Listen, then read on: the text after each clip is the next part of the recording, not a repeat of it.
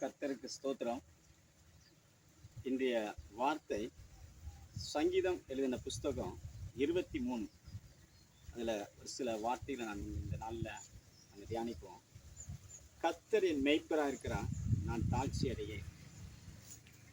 ஆமாங்க, அவர் நம்முடைய வாழ்க்கையில் நல்ல ஒரு போதகராக மாத்திரம் இல்லை, அவர் நமக்கு நல்ல ஒரு டீச்சராக மாத்திரம் இல்லை, நமக்கு ஒரு தெய்வம் மாத்திரம் இல்லை, நல்ல ஒரு நண்பராக மாத்திரம் இல்லை, அவர் நமக்கு ஒரு என்ன இருக்காருன்னா நல்ல மேய்ப்பராக இருக்கிறார். நம்மளை வழிநடத்தக்கூடிய ஒரு நல்ல ஒரு தகப்பனாக இருக்கிறார். அவர் என்னை புல்லுள்ள இடங்களில் மேய்த்து அமர்ந்த தண்ணீர் அண்டையில் என்னை கொண்டு போய் விடுகிறார்.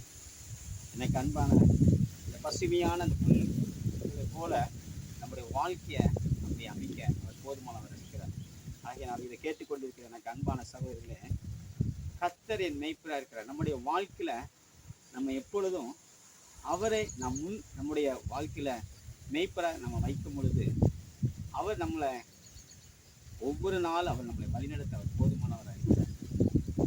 இதை கேட்டுக் கொடுக்கிற ஒவ்வொருவருக்கும் நான் சொல்வது என்னன்னா, நம்முடைய வாழ்க்கையில் எல்லா சூழ்நிலையிலும் அவர் நம்முடைய முன் வைத்து நம்ம ஓடும் பொழுது நம்முடைய வாழ்க்கையை அவர் வழிநடத்துவார்.